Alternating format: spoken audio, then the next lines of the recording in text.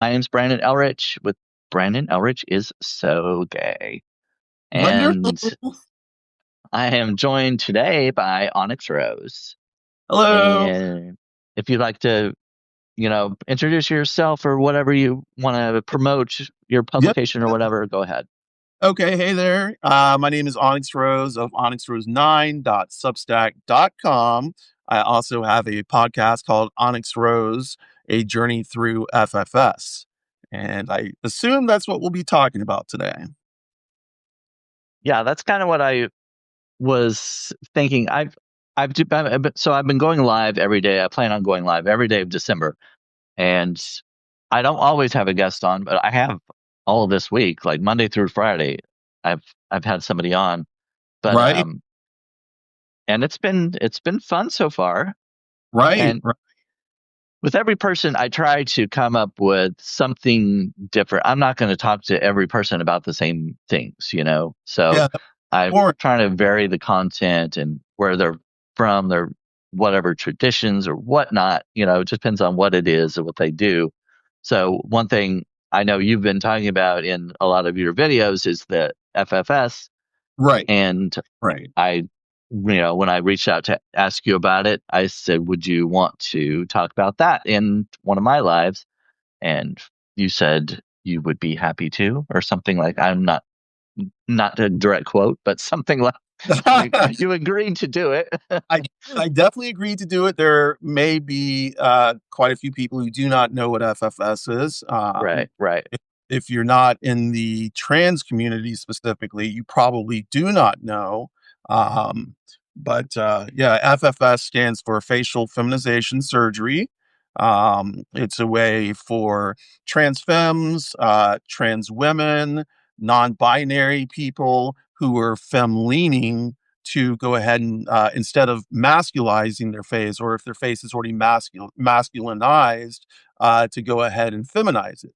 And it's not one procedure or one surgery. It is a set of procedures. So I don't know if that's one thing people know, but it can be anywhere from 2 to 3 procedures, all the way up to 8 to 10 procedures. I think that mine is going to be like 8 or 9 procedures.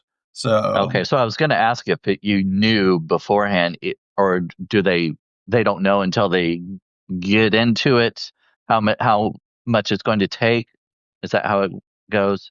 no, so that's no, no, no. What you have, the way it begins is with consults. So you find a surgeon, you schedule a time for a consult, and usually with surgeons, their consults you'll have to wait 2 months. It could be 6 months. It could be a year on out. For the uh, surgeons who are well known, they usually have consults that you have to wait a year for or 6 months for. Um, my surgeon, uh, while well known in the industry for celebrities and stuff like that, is not well known for FFS. Um, Mm. so he's done quite a few procedures or quite a few surgeries, FFS, but he's not well known yet. Um, he has done a lot of great work on a lot of trans women that I've seen and that I know. But like I said, he's local and people don't know him just yet in the trans community. But so I had a consult pretty quickly. My consult was 3 months before surgery. 3 months before, well, 3 months before about a month ago, so 4 months. And with the consult, you sit down and it's more like an interview.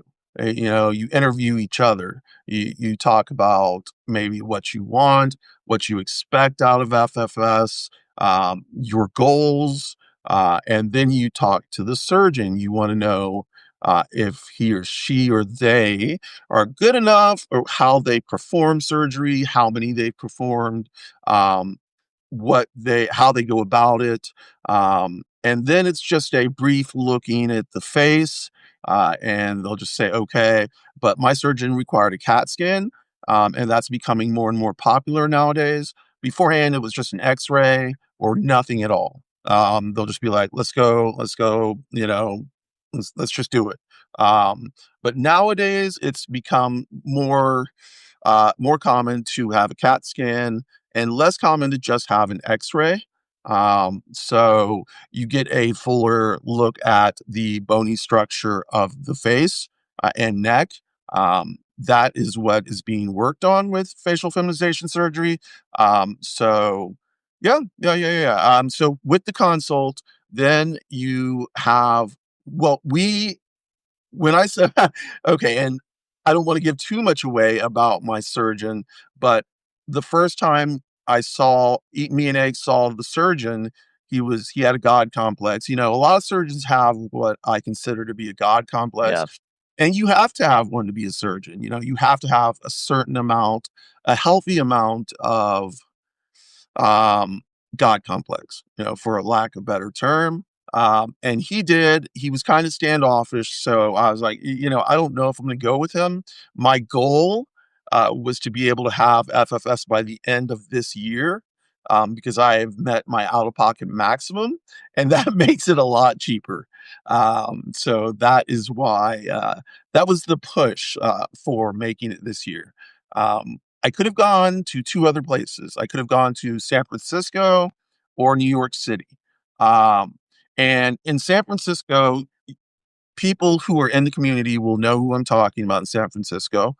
They will also know who I'm talking about in New York City. There are several doctors in New York City, but there is one who does great work. Well, maybe two do great work on Black, brown, trans, and non-binary people. Um, and so I was actually going to go with them, uh, one of them, but the expense to get there, stay there for 7 days, lodging, food, having Egg be my sole nurse. It just wasn't going to do it. Yeah. So the Yeah. yeah, no, I feel like there are a lot of doctors who don't have a very good bedside manner, and I guess that kind of goes along with the God complex kind of thing, Especially I think with surgeons, it seems like because a lot of times their patients are under anesthesia, so they don't really have to, communicate a lot with them during the whole process. Maybe the consultations and things like that, but right. I don't know if that's like I I wonder if that's like a higher intelligence kind of thing, like somebody who's really intelligent seems to have trouble relating to people on a personal level sometimes, I agree with that. Yeah, I definitely agree with that.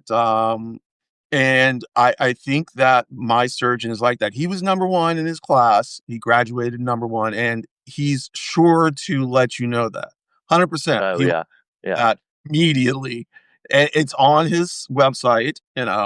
So like his whole schooling history is on his website, and it's impressive. It is yeah, impressive. So he he he deserves all the accolades he gets. He works a lot with celebrities, whether in the movie or music industry.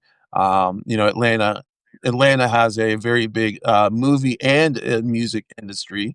right, Um, so the celebrities will come for a little nip tuck, yeah, not necessarily FFS or anything like that, but plastic surgery. So right. yeah, yeah. So I'm kind of curious if they do any kind of like computer generated projection of what it could what it could look like like before and after kind of thing, you know what I mean? Because Right. I've seen that kind of thing on TV, like with plastic surgery and stuff like that. I don't know if it's the same. So my surgeon did not do that. Now, instead, what we did was with the CAT scan, we went over everything, what he was going to shave down, where he was going to Yeah, bring it in, what he was going to take out. So in that sense, we did kind of do that. yeah, Um, but he did not do the markings or anything like that. Now that I think is going to come the day of surgery, where they yeah. will face, take measurements, all of that good stuff. Yeah. So I Okay. Yeah, yeah, I'm pretty sure that's going to happen. Okay. So, how how did you come to this decision? Like, how long have you been thinking about it, and what, finally put you So over to? I've been thinking about this since 2013. Um, I started in 2013 just with a dream. I would love to get this, but the surgeons I was looking at that point, honestly, they didn't take insurance. And I'm going to just throw out a number here, and you may be surprised, but we're talking about close to $100,000 for the top surgeons. And I was looking at them. So I was like, okay, this is unrealistic. Let me drop down a bit. And I dropped down a bit, and they were still like $50,000, and they weren't taking insurance at the time. So, you Yeah. know, I decided to just put that off. In the meantime, I got a couple other gender affirming surgeries. I got what's called an orchiectomy, which is the surgical removal of the testicles, and then I got bottom surgery. So, those were a couple of gender affirming surgeries I had. I was Egg was my nurse for both of those. Um, and for those of you who don't know, Egg is my wife. My partner, my main gal. And so she's my nurse again for this surgery. Um, the FFS thing has been in my head for a long time. I've researched a lot of surgeons, pretty much every surgeon that was out there between 2013 and 2016. I researched, I consulted with three or four of them. Um, the money for me wasn't there. There were a couple of surgeons that I just did not like right off the bat, right off the rip. So I was just like, let me not go to them. There are a couple surgeons on the East Coast. I live in Atlanta. So there are a couple surgeons on the East Coast, up and down the East Coast. There are actually more than a couple who are good. There are some that are not so good. I've heard tales about some, about others, not so much. So I've been looking, like I said, since 2013. The money just wasn't there. Yeah. So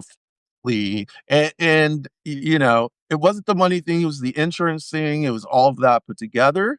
Um, so the once I got good insurance, I've always had good insurance because I've had insurance under A. Um, But, for a while, insurance companies like can I say insurance companies' names on here? Aetna. Aetna wasn't covering Aetna wasn't covering gender affirming surgeries. Mhm. It seemed like my insurance, Blue Cross Blue Shield, Anthem, was covering everything. I was on Blue Cross Okay. Blue or Aetna, and they were covering surgeries. I just wasn't ready for I did things kind of backwards. People like to work on their face first because that's what you see, and Yeah. then the other surgeries second, third, fourth, so on and so forth. Um, I went the opposite way. My dysphoria was so heavy uh, on the bottom side. I needed bottom surgery because my dysphoria was that bad. Like it was, kind of like I hate to say it, like slice it off or like, not be around anymore. So um it was that was a rough time. But back to FFS 2013, 2014, 2015, all through those years, I looked and looked and looked. 2016 came. I almost had the money, but that fell through. 2017, I had my orchiectomy. 2018, I had bottom surgery. No, 2018, I had my orchiectomy. 2019, I had bottom surgery. And then I started in vain, like for real, looking for an FFS surgeon. Um, I interviewed with or consulted with two in New York, one in San Francisco, one in Arizona, and like I'm trying not to give these people's names away, Right. but Yeah. yeah, but I the one and I've I was told to stay away from several, so I did. What it all boiled down to this year is that, and what it all boiled down to for the previous years was whether I could meet my out-of-pocket maximum, so the cost would be less, and whether I could get it squeezed in by the end of that year. That had never been the case, so I would have had to pay more, and that's what always stopped me. The fact that I met my out-of-pocket maximum really early this year in June, and then I consulted pretty soon after that, consulted with my surgeon, and and that's where we are now. Um, Yeah, I can imagine like the money and the insurance would be one of my I mean, I'm very practical, so I always think about, you know, money and everything, and uh, so that would be one of my top concerns, I guess. Is this even feasible? But yeah, so 2013, you said you were started looking. ye- When when did you actually come out as trans? so I, ca- well, so I came out starting in 2008, and then went back in the Okay. closet and became like really manly, grew a man beard. Oh, okay. Yeah, yeah, yeah. I did all the masculine things. I had some biceps. I was really flexing the male complexion. I really went back into the closet. Then I came back out again. And this whole time I was reading books, looking online, trying to find anything I could to justify me. You know, being who I thought I was, not understanding like how could I feel like this, but I obviously look like this. Yeah. So it was kind of a mind fuck, especially, and I don't know if anybody anybody who's trans in any way or non-binary, it's a mind fuck because you're like, why do I feel this way? And nobody gives you the framework. The framework is just male and female, man and Right. woman. know? So for people on the binary, it's and cis hetero people, I should say, cis hetero people on the binary and regular and just cis people. No, cis people don't think about their gender. They don't think about their gender in regards to, is this the right gender for me? Yeah. Trans, it's something that is just innate. Like, why do I feel this way? Or I know that I am this. I know for a fact that I am supposed to be a woman. I know for a fact that I'm supposed to be non-binary. But these people keep treating me like I'm a boy or treating me like I'm a girl while I'm supposed to be the other. Or not or neither. Um, and so I went to rehab in 2012 for substance abuse. My Aggie said I had to go or else she was going to divorce me.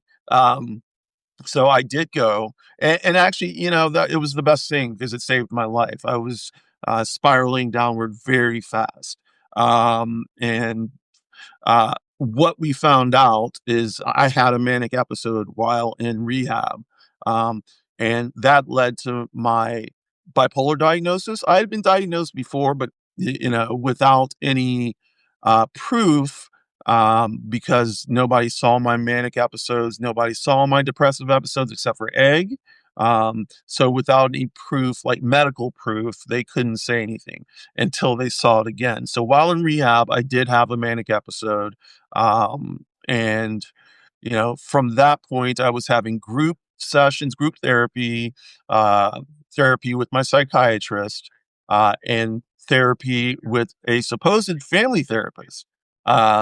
This family therapist I had never met before, Egg had never met before. But we were sitting in the room waiting for this person to come in, like start our family therapy. This was our first family therapy session, because honestly, Egg had no idea.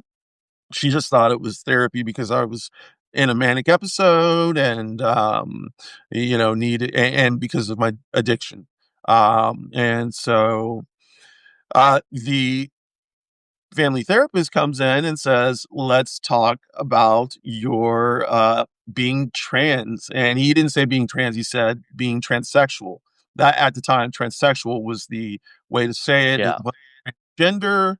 Right. So yeah, so let's talk about you being transsexual. And Egg's mouth hit the floor, or jaw hit the floor. My jaw hit the floor. I was like, what, what the fuck are you talking about? And so that led to me actually coming out, for good. Yeah. At that point, I was like, you know what? I can't pretend anymore. I shaved my manly beard. I stopped acting in a way that people would consider manly, all of Yeah. that and it's kind of dropped away. And I started looking for my tribe, for people like me. I came across this book called True Selves, and I'm shouting it out. I just don't remember the author's name. There are two authors, but if you look up True Selves, that is the name of the book. I don't know if it still holds up today.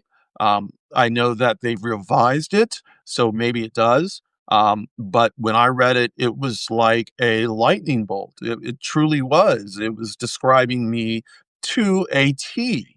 So I was like, this is it, this is actually it. So in 2012 or 2013, um, I found a group online, and I won't say their name because it was a web board to begin with. And now it's a Discord. And we started with like 400, 500 people, and now there are only 89 of us. But I've known these Mm. people since 2013. So we have tight bonds. I've actually met several of them in person. Like we live all over the world, Germany, Australia, Scotland, some parts of the United States, blah, blah, blah, blah, blah. So being able to meet these people in person and like talk has been great. Um, but that was the beginning of my journey. I had to do what was called a real life test. And back then they pretty much made you do it. And the real life test is basically dressing in your chosen gender. Um, Even though you aren't taking any hormones or anything like that. So, you still have like facial hair and like you're trying to shave Yeah. it. And, it just, you look really strange, walking around like still in the male meat suit, trying to wear like women's clothing. It's just awkward. And I'm glad they've gotten rid of the whole thing. Um, I assume they have. I don't know. Like, Yeah. yeah, it's really ridiculous. And let me just say one more thing. Gatekeeping is a big thing in the trans community. It should not be, but it really is. Um, in order for me to get my hormones, I had to get a letter from my therapist and my psychiatrist. I had to get 2 letters, and each one of those letters was $150. And then I had to see them for at least 3 sessions. Those were 3-hour sessions Oh, at $50. So you see the amount of money you pay just to get started, the amount of money you pay just to start transitioning is ridiculous, at least back then. Um, I don't know if it's changed so much now. Like there are therapists called gender therapists, and the gender therapist is specialized, of course, in gender. So they know the way to talk to a patient, a client. They know how they understand gender and all that goes along with it, and transitioning. So uh, the insurance companies were not paying them out. They could not get money back from the insurance companies. So most gender therapists just stopped taking insurance. And that's why the money started racking up like $150 here, $150 there. I was going to a gender therapist for 2 days a week. And so that was $300 a week. It was insane. The amount of money that we spent on therapy is I could have bought a car, I could have bought yeah. like down payment on a house. Um, but so that's the the beginning of my like going into like discovering my true self, as they say, is was that. And, the impetus, the pushing of me was the family therapist who outed me. And from Yeah. that I was like, I can't go back in the closet. If I do, I will kill myself. And I at that point, Egg did not understand that. Um, but it was at that point that divorce was being started talking about, and we went through a three. So we've been married for 21 years. Been Oh, together for 23 years. Yeah, yeah. We've been together a long time. So in the middle, she started talking about divorce, and that was right when the family therapist came out and said that. She had no idea what being trans meant. She had no idea what trans people or who trans people were or what they were about. So consequently, she didn't have anything. She didn't know who I was and what I was about, and she thought that everything that she knew about me was a lie, and that everything that she knew about me had changed in that instant. When in that instance, but it didn't. So um, yeah. I after, wanted to go back to what you said something earlier about cis people, cis, especially cis straight people. They don't understand. Like, if you were to, if sometimes they'll ask like, well, when did you decide you were gay or whatever, and right, they don't quite get that. And you can turn the question around on them and say, well, when did you decide to be straight?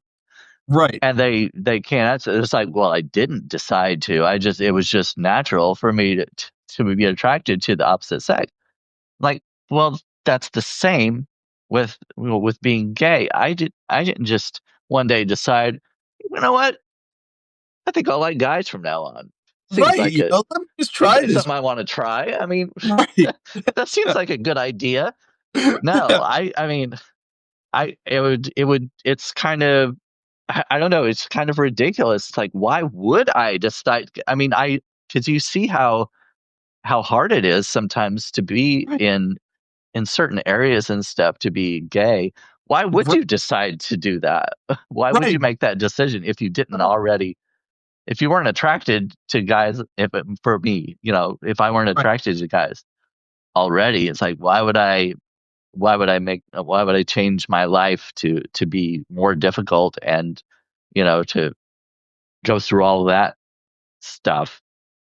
Yeah, but I don't know why. Some people just don't, you know, they it, can't empathize. right. There's the word is empathize. There's no empathy. It's like, well, and that's what's going on in the world today. There's no empathy. They don't Yeah, really care. They just wake up and they're just like, okay, I'm supposed to be this man. I need to, do all this in school. I need to then date this woman. I need to settle down, have kids, and like you said, the white picket fence. I remember y'all talking about that one day. You yeah, know, yeah, and that was honestly never on my radar ever. And I feel sorry for Egg because that was on her radar, although she didn't tell me at the time. So we had a lot of miscommunication. It was just a lot of miscommunication. We weren't being 100% honest with each other. yep, So yeah, yeah. But the fact that people would be like, "Why did you decide to be gay?" Or, "Why did you decide to be trans?" And I got that from my parents. My parents were like, "Why did you decide to be trans? Why are you doing this?" I'm like, "Well, I'm not doing this to hurt you. I'm not doing this to hurt anybody. I'm doing this so that, well, I'm not going to hurt myself. If you want me alive, I have to do this. And that is something that they didn't understand, and that is something a lot of people don't understand, is that trans people are not doing this to hurt anybody. We're doing it to make sure, I mean, anybody else. We're doing it so that we make sure we don't kill ourselves. yeah, And it let me just pop back to now with the laws that are being enacted, there are going to be a lot of dead trans people. And that is just the sad fact, you know. The and people don't care. The makers of the laws, they don't care. They don't care that I think they want dead trans kids. Um, and that's sad, you know, like it breaks my heart. But that's, yeah, that's the situation right now. Yeah, well, Yeah, and that goes back to again empathy. I mean, right. it seems like we have such a lack of that in today in the country. And I was saying I've said this several times that I think empathy should be taught in school It and should be to children. You know, they need to learn from a young age to empathize and under to have some kind of at least attempted understanding of what other people are going through, and you know, not look at them as not look at themselves as like I'm in it for me. I'm the only one that matters. You right. know, Right. I saw a meme and I keep on posting it every time it comes up. And it's about a group of kids who are in elementary school, maybe middle school, and they're at McDonald's. And, like a parent is watching them and talking to another parent, and they're like, "What are these kids doing?" And so one of the parents goes up to them and says, what are y'all doing?" And they say, "We're practicing pronouns, so that when we talk to this kid in school who is obviously trans or non-binary, that we'll have their pronouns right." And that is the empathy we need. That is a very good case of empathy. These kids, they're just kids, but they just want to make sure that this other kid is treated with respect. And, right? that's beautiful. It's beautiful. Um, Yeah. So anyway, I don't know. I kind of got off track, I think. let's jump back into I was, this. yeah, I was like, I went back to the cismet because I related to what you were saying, and I was like, I wanted to go back to that, but then I don't know where you were when I interrupted.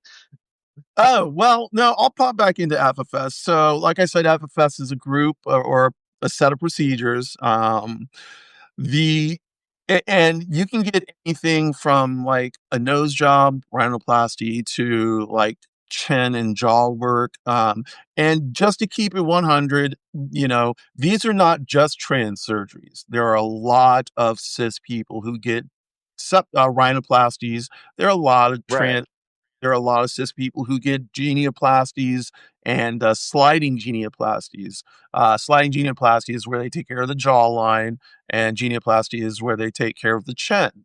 So there are a lot of people who get these for various reasons. There are a lot of people who get lip lifts or, work on lips, maybe cleft palates. There are a lot of people who get plastic surgery for various reasons. It's just that when it becomes a trans person reason, then it becomes stigmatized. Like, oh my God, this trans person, but yeah, they forget to say, oh my God, this cis hetero person got a nose job and cheek implants and lip fillers and, Botox, and take the eyes and make sure they're not wrinkles underneath them or bags underneath them. And I'm like, oh, okay, well, you're getting FFS, it's facial feminization surgery. Maybe not facial feminization surgery, but facial surgery, like plastic surgery. Um, my facial feminization surgery is just that. Like I am having either 8 or 10 procedures, between 8 and 10 procedures. It's going to take 12 to 14 hours. Yeah. So I will be under anesthesia for 12 to 14 hours. And that is a clip. It's a long time. I have never been under anesthesia that long. The longest I've been under anesthesia has been 7 hours. Um, and when I woke up from that anesthesia, the first thing I saw was like very bright lights, and what looked like an alien. And that scared the yep. shit out of me. So I thought I was being operated on by an alien. Uh, I've been abducted. yeah, abducted, like it just being operated on. So I passed out, and when I woke back up, the anesthesia was pretty much worn off, and I was good. So I'm expecting something of that nature to happen. Yeah, Yeah, Yeah, just getting So ready you said 12 to 15 hours or something like that. Is that what you for said? 4 hours. Yeah. Okay. So will you have all of your FFS done during that time, and or you won't go back for So anything else? yes, all of my procedures will be done at once. There is a new way of doing it where they do half of the face, and then 6 months when maybe it's healing a little bit better or a little bit more, they'll do the other half. So they'll do the top half and then do the bottom half, or they'll do the bony parts and then the fleshy parts. A lot of people, I shouldn't say a lot of people, the people I know who've had it seem to like it like that. I don't, because honestly, I don't want to have to go back under and do this again. Now, the problem with Yeah. the problem with one and done is that you may have to get a revision, and that's even with two and done too. There's like a high rate of revision work, and that's usually because people don't like either how their nose is looking or the symmetry is off, and so there needs to be some work to make the symmetry symmetrical. But yeah, that that's the yeah.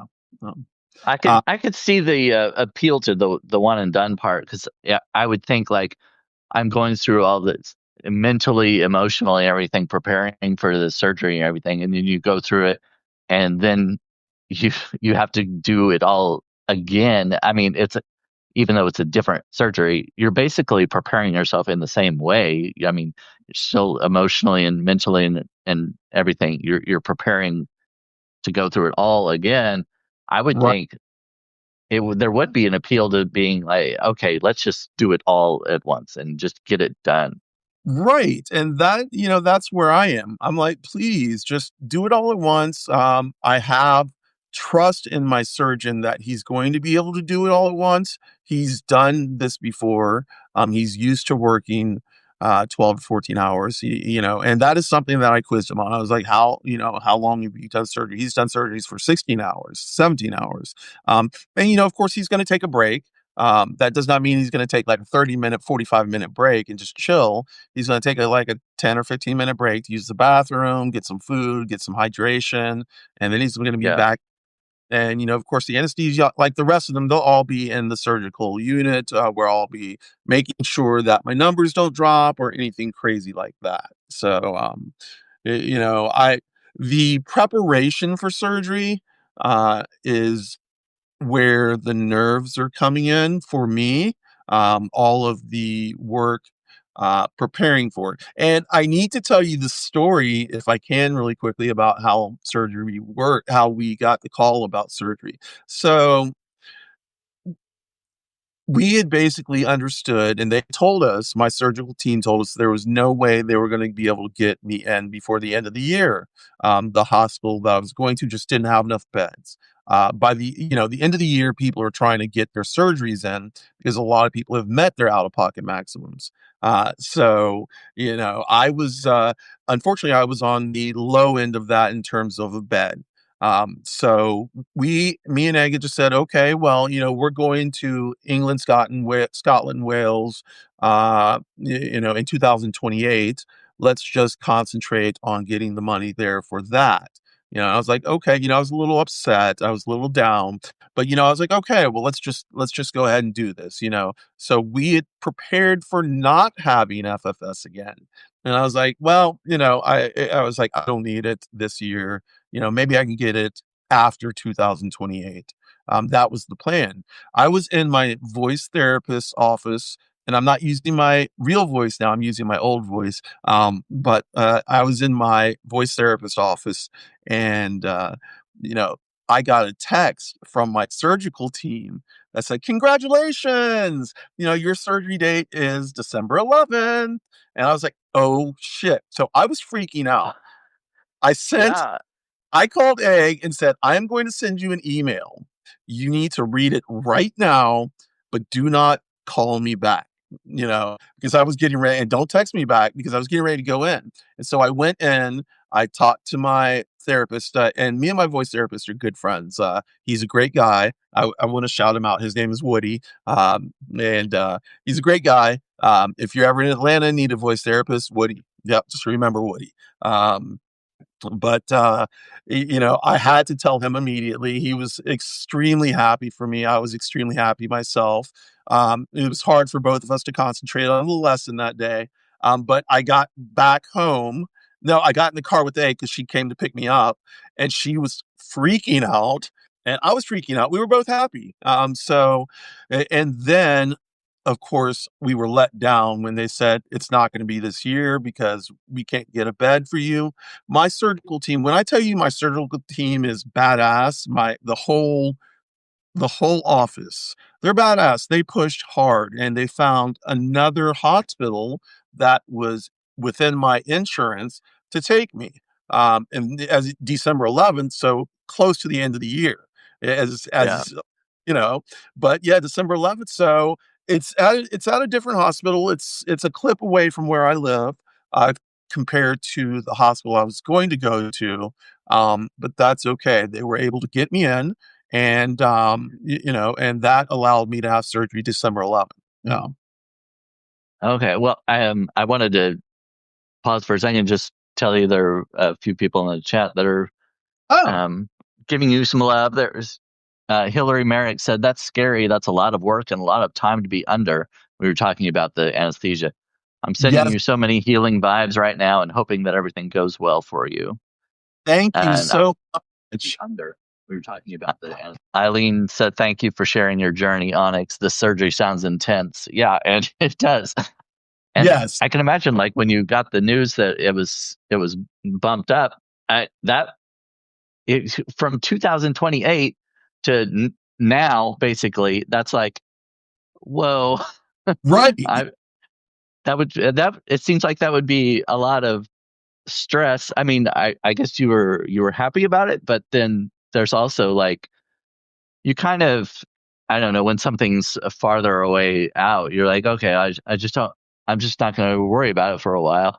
And then all of a sudden, it's like, oh, Yeah, it was from we'll just do it after 2028 to we're going to be doing it in 3 months, 2 months. yeah, Yeah, the turnaround, it was scary and crazy. Like, we have been getting stuff like, all the medical equipment we need, all the like gauze and sterile stuff that we're going to need, getting ready, preparing foods like smoothies, and not preparing them now, but getting protein shakes and jellos and things that I'm going to be able to eat the first couple of days after after the surgery, because I'm going to have sutures in my mouth, sutures all along here because I'm getting a face and neck lift.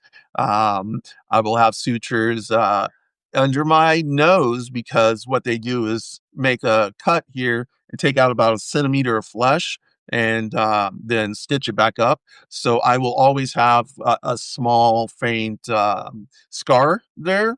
So, okay, I'm going to have to get on my makeup game. I am good with makeup now. yeah, I need to get a little bit better.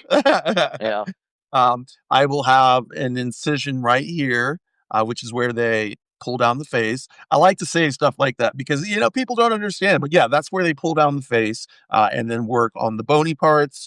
And they'll be shaving them down. I will get like my suborbitals and orbital regions smashed.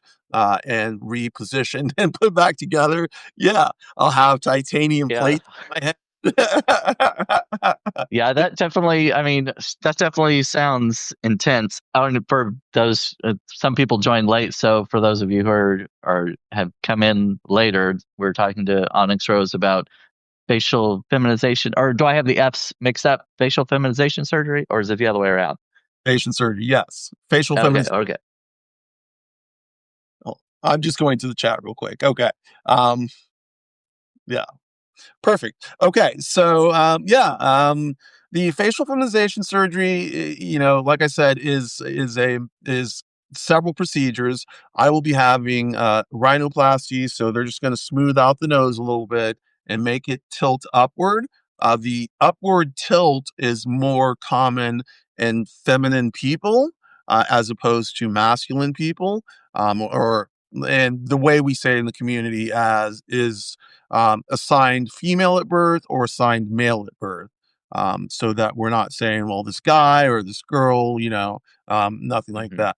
Yes, I was assigned male at birth, but honestly, I was never male, So, the assigned male at birth is how it is. But being assigned male at birth, I had to go through puberty, and going through puberty, there are certain things that happen. Um, you know, Yeah. uh, and so all of the things that happen in puberty during puberty, I have to correct. Now, things like the facial hair, I had to have electrolysis. And electrolysis, if you don't know anything about electrolysis, is painful.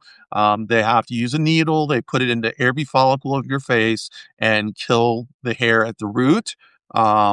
It has. I've already spent at least $10,000 on that, and I'm not done. Um, but that's not the FFS part. Facial feminization part is, they will work on my jaw, so they're going to take out a piece of jaw bone, a piece of chin bone, I'm sorry, and replace it with a titanium plate and kind of squeeze it together so that it's fused, and then that will grow. They're going to do my nose, as I said, and do the lip lift. So my lip will lift up a bit, and there'll be less of a distance between the bottom of the nose and the top of the lip. So the philtrum, that area, is a little bit shorter, and people assigned female at birth. So that's what we're going for on that. Um, the the head right here, this little part, and if you can see my brow ridge, it's not necessarily flat or like domed. Uh, People assigned female at birth, they don't have, for the most part, do not have this like bony growth right here. Um, Okay. Like right. the bump there kind of that comes out. Right, right. Like this, like you can feel it right here as it goes along. And so what we're going to do is basically smash that up and then kind of reconstruct it so it's smooth, or so it slopes a little bit. It probably won't slope all that much because of puberty and how things have grown in, but it will be smoother. And my eyebrows will probably be raised a bit, giving my eyes a more youthful appearance, a more assigned female at birth appearance. Basically all the things that age and puberty have made me go through. I'm getting kind of reversed. Yeah. Uh, yeah. So, uh, So you said the 11th is when it's scheduled. the 11th, That's coming up yeah. pretty quick. So how are you feeling as far as your anxiety and emotions and mental state and all of that? So I need to preface all this by saying I just popped out of a manic episode in September. I am now stable, but it took a long time and a lot of medication and I did a lot of damage from March to September of this year. Um, Still working on taking care of that, Yeah. but you know the yes. After I came out of that manic episode, everything started to fall into place about FFS, and then it stopped, and then it started again. So the nerves have been low up until about this last week. And this last week, things have been ramping up. We had one more consult about a week and a half ago, maybe 2 weeks ago, with the surgeon and with my surgical team, where they took pictures. They gave us the last rundown. It was the pre-op surgery, where they told us what was going to happen, blah, blah, blah, blah, blah. But the good thing about that is my parents actually came, and me and my parents have not had the best relationship, since I came out. Um, we didn't talk for 2 years. Yeah. And yeah, a lot of trans people unfortunately, that is the case, and it was Yeah, the case for me. So, me and my family. Um, I think my that's the case with a lot of people in the queer community in general. community, yeah, yeah, definitely. And it's yeah, you're right. It's not just restricted to trans people. It's all queer people. And that's not to say there are no families who support their queer, sisters, brothers, Oh daughters, yeah. sons, wives. There are, but as a majority and as a whole, there are not. Um, Eileen, really quickly, yeah, electrolysis is really time consuming. I have done this for so long. I think I started electrolysis in 2014. So, yeah, we're still going strong.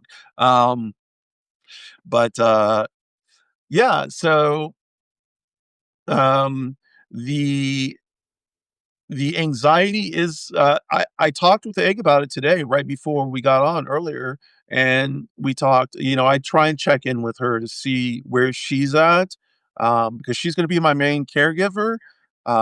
So she did say that her inner anxiety is a 5 right now. And that's about right. That's about right for both of us. Um, Well, that's I mean, to me, I would think that's not bad. I mean, uh, I it's can not imagine that mine would be probably higher than that, and I mean, obviously, it's understandable when it comes closer to time that the anxiety is going to be amped up a little bit. But I mean, it, that doesn't sound so bad as far as well, what I would imagine. it's not, and I'll tell you why, because we've been through this twice. Now we've never been through FFS, but we've been Right. through 2 gender affirming surgeries, Yeah. and with each surgery, Egg had to take care of me. So I call her Nurse Egg. She has to put her nurse hat on. And honestly, if she wanted to be a nurse, she could have been. If she wanted to be a fucking surgeon, she could have been a surgeon. Um, she's just that badass. So shout out Egg. She's in the other room. But yeah, she'll have to be my nurse again. So I like to check in with her to see where she's at. And I need for her to be honest with me. Where is your anxiety? What do you have anxiety about? Is there anything that I can help ease that, before we go in? And of course, there's not really much I can do for her in terms of easing it, except for saying, that everything should be okay. Um, the day of surgery, she's going to take me to the hospital and drop me off.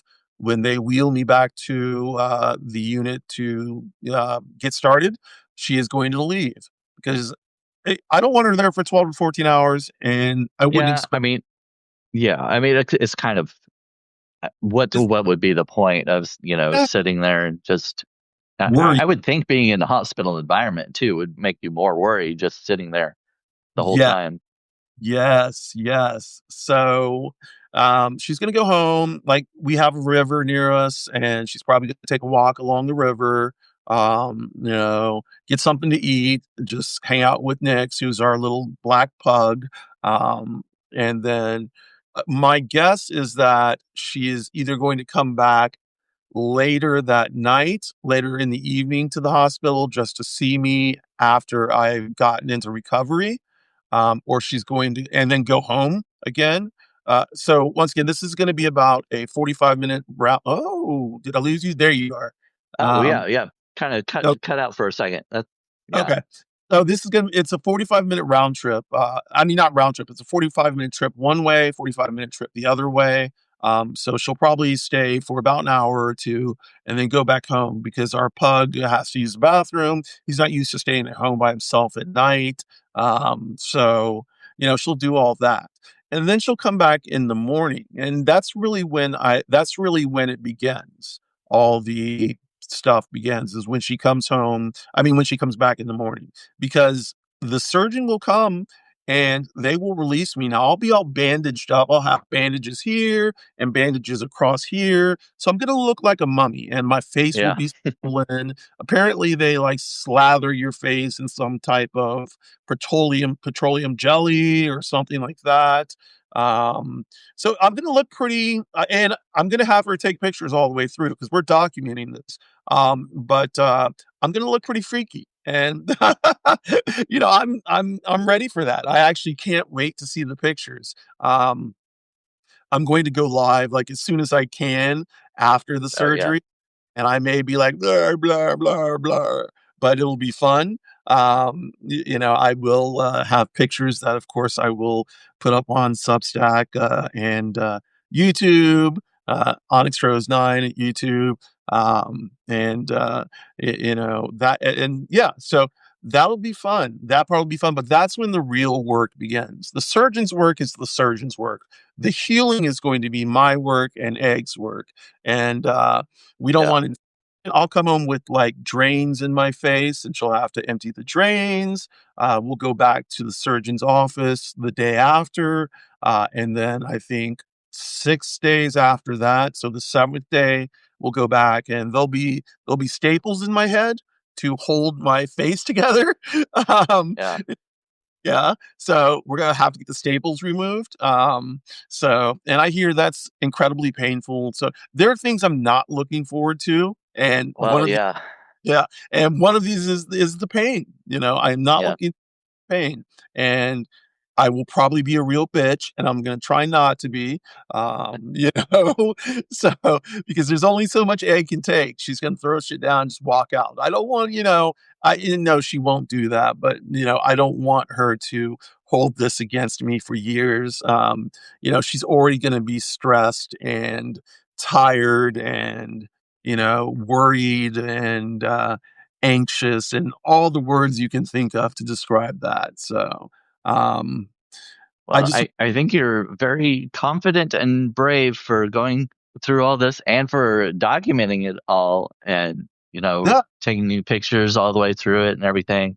Before I asked you if you wanted to talk about this, I I wouldn't have asked if I thought it was going to be a negative experience for you, but I know I've seen several of your videos and you've been talking about it pretty openly and everything. So I thought it was okay to ask you, and of course you yeah, could have said no also. So I right. appreciate you though coming on and telling everybody about it. I think it's I definitely wouldn't have thought of everything you would have had to go through, from beginning to end.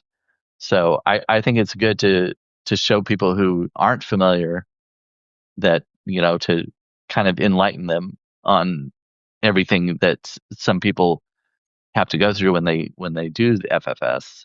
So Right. I appreciate you coming on and talking about it. Well, But thank we're God to always talk about it. oh yeah, I, we're I coming up on an hour, so I just wanted to kind of get that out there and see if there's anything else you wanted to say before we wrap up.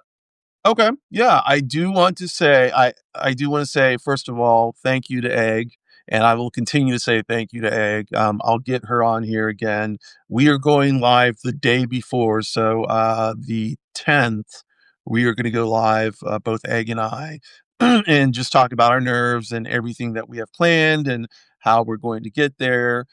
So I do want to shout out Egg. She's a really big help. She's my wife. She's my spouse. She's my partner in crime.